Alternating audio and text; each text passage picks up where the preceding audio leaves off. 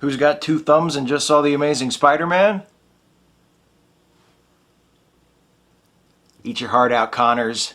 There are two big things that The Amazing Spider-Man has working against it. First is how familiar it feels, and second is its timing. And its timing isn't really its fault, so I'll save that for later.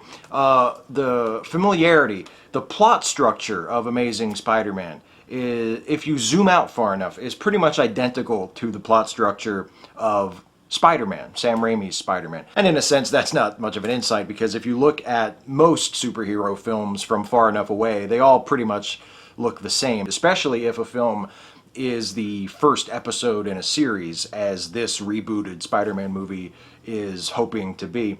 But it's because they're both Spider-Man movies, because it hasn't been all that long since the first Spider-Man opened, 10 years, it's really impossible to not notice how closely the plot structures parallel each other. For instance, both Spider-Man and The Amazing Spider-Man feature villains that are scientists that are driven to transform themselves in order to save their jobs. Both movies have big action scenes staged on bridges. Both films feature the people of New York kind of rallying around to help Spidey reach his goal and fight the villain. Both Spider-Man and Amazing Spider-Man have funerals at the end, and then there's a scene after the funeral where Peter and his love interest sort of not quite break up, because they've never really officially been together, but where Peter tells the love interest that they can't be together. And of course, in addition to all the commonalities I just mentioned between it and Sam Raimi's Spider-Man, Amazing Spider-Man also retells Spider-Man's origin. So it got that similarity as well. We got the spider bite, we've got the transformation, the discovering of the powers and sort of trying to figure out how to do things, the making of the costume, the death of Uncle Ben. All of these things are found in both films because they are both origin stories. Fortunately for both films, but for Amazing Spider-Man in particular, Spider-Man has a pretty goddamn good origin story. I think his origin story is the best and the most compelling of all of the major superheroes. And the Amazing Spider-Man's version is pretty good. But what really distinguishes this version of the Amazing Spider-Man from the previous franchise, the Sam Raimi films, is not the similarities but the differences. And even though I've been talking about how familiar it seems, I want to stress that I don't think that this is a bad movie at all. I think this is a pretty damn good movie. And one of the things that makes it good is the way that, yes, it accepts these commonalities. It accepts how closely it follows the structure of the first film, but then it finds so many areas to be different. It finds so many different avenues to go down that Sam Raimi's films did not go down. And it winds up feeling, even though when you look at it from just purely a plot structure point of view, it is very, very similar. It feels very different. And that freshness has as much to do with which popular parts of the Spider-Man story it leaves out as the ones that it finds ways to incorporate. For instance, in Amazing Spider-Man, unlike Sam Raimi's Spider-Man, no J. Jonah Jameson, no Daily Bugle, no Mary Jane, no Harry Osborn. A lot of the elements that we sort of take for granted from the classic comics and from the more recent film franchise are just gone. They're just not there. And leaving all that stuff out gives the director, Mark Webb, and his screenwriters the opportunity to fill that space with material that is less familiar feeling, especially to people who aren't fans of the comics, and even to those of us who are fans of the comics, because it's stuff that has not been dramatized on the big screen before. Anybody who knows anything about Spider-Man knows that he is just inextricably wrapped up with guilt. He feels so guilty about the death of Uncle Ben. And in this movie, they ramp that up even more because they make Spidey sort of indirectly responsible for Dr. Connors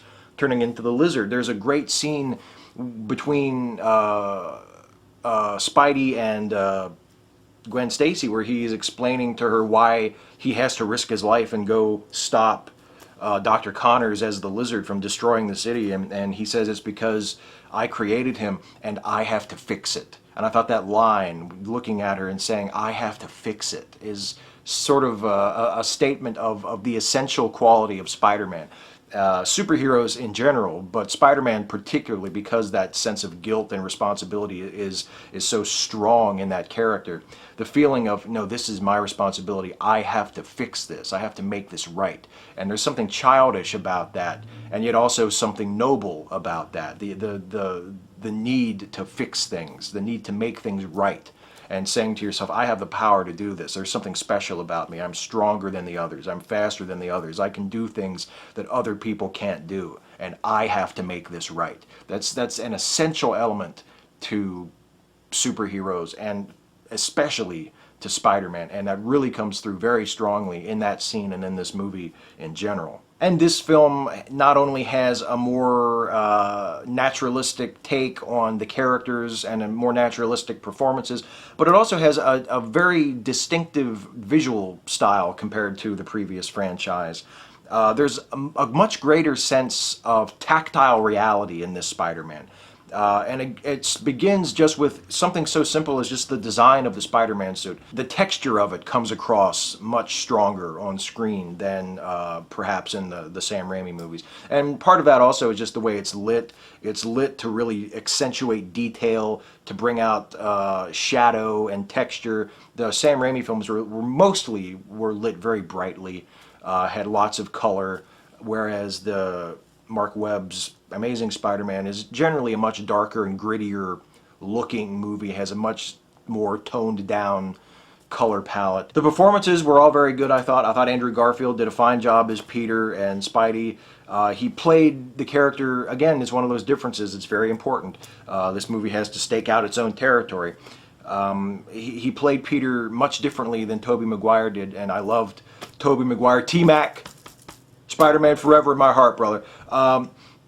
Tobey Maguire played him much more wide-eyed, sort of emphasized the earnestness and kind of the naive nerdiness of Peter, whereas Andrew Garfield's Peter is much more of an outcast. That they really turn that up. That element of the character is played up very strongly. That Peter is an outcast when this movie begins. He doesn't really have friends. We never see him with friends until he and Gwen Stacy start hanging out. Emma Stone is good as Gwen. She has some nice moments throughout the movie. Good supporting character, good love interest, and again, and it's interesting to see the way they position her in the film. And again, it's one of the things that at the same time as it is similar to the role that Mary Jane played in the Raimi films, it's different too, because in this film she gets to be more of a confidant to Peter and Spider-Man. Mary Jane never really had that role, whereas Gwen in this film gets to be there for Peter, even though they never quite hook up as a couple officially. She gets to sort of give him support and be alongside him, and get taken into his confidence in a way that Mary Jane didn't get in the first Spider-Man movie. And it allows for a different chemistry between them. Rhys Ifans as Dr. Connors and Slash the Lizard is very good. He takes up the mantle of the Spidey villain who turns out to not be all that bad, who is misled by his ambition or sees his noble goals sort of twisted into something wrong. And the design of the Lizard is pretty good too. It's a good CGI character. He seems like he has real weight. He feels like he's really there in the scenes that he's in. He has some great action scenes with Spidey. There's a really cool scene actually where Spidey has spun a web in the sewers, shooting web lines all through the various sewer pipes, hoping that one of them will vibrate when the Lizard is coming towards him. And then they have a cool action scene, a good fight. And then there's a pretty good fight at Peter Parker's high school between Spidey and the Lizard, which made me think of the old 1960s comics. It was always cool when one of Spider-Man's villains would attack Peter at school. I remember an issue where the Sandman did that. I can't remember if the Lizard attacked him at school too or not in the comics, but it made me think of that. And they tweak the design of the Lizard a bit as the movie goes on. Each time he transforms, he seems like he becomes more and more lizard-like and less human. They use less and less of the actor's actual face in the Lizard face. He becomes more and more reptilian as he transforms again and again. I thought that was interesting. And there were little things in this movie that sort of won me over. There were little details that I wasn't expecting, and some of it was the casting. Like Irfan Khan is here as an Oscorp executive. And you may not know who he is, or maybe you do, but I recognized him immediately because he was Sunil in the last season of In Treatment, one of my favorite TV shows ever, starring Gabriel Byrne. He was one of the patients in the third season. And I was watching the movie, and all of a sudden, there's Sunil. I was like, oh my God, it's Sunil! It was cool. And the way they handled the wrestling episode of Spider-Man's origin in this film, I thought was really good, because at first I thought they were going to leave it out because they got to the murder of Uncle Ben, and you know, he hadn't used his powers for selfish reasons. He hadn't become a wrestler as he had in the comics or as he did in the Sam Raimi film. And I thought, oh, they must just be skipping over that. And then there's this great scene where Peter sort of accidentally finds himself, he's running away from some people out of costume, just as Peter. He's running away from some thugs, and he falls through a roof, and he lands in the middle of a wrestling ring in this old abandoned gym, I guess. And he looks around, and there are these posters of masked wrestlers on the wall, and I thought that was so cool, the way the inspiration for him to wear a mask and to design the mask with like the big eyes and the bright colors was explicitly from Lucha Libre. Like he looks at the wall and he sees a drawing of a wrestler, a luchador, with a mask that looks a lot like Spider-Man, and that's where he gets the idea for the costume and the mask in this movie. I thought that was so well done, so clever, that he would take it directly from Lucha Libre. And also, I just really like saying Lucha Libre. I mentioned at the beginning of the review that there are two things working against this movie. The second thing is its timing, and I'm just, having seen it and seeing how good it is, I'm afraid that it may get lost in the shuffle. I'm sure it'll do a decent opening weekend. I'm sure that a lot of people will see it. But it's sort of sandwiched between the Avengers and Dark Knight Rises. There was even a trailer for Dark Knight Rises before this movie, which is very smart on the part of the folks at Warner Brothers to tack a trailer for their movie onto Spider-Man. But at the same time, it's like, it sort of felt like, oh hey, don't forget about the movie you all really want to see coming up in a few weeks, Dark Knight Rises. Oh, enjoy this Spider-Man movie. It feels like it's been sort of pushed into this position where it's an afterthought. And that would be a shame if that happened, because I mean, I haven't seen Dark Knight Rises yet.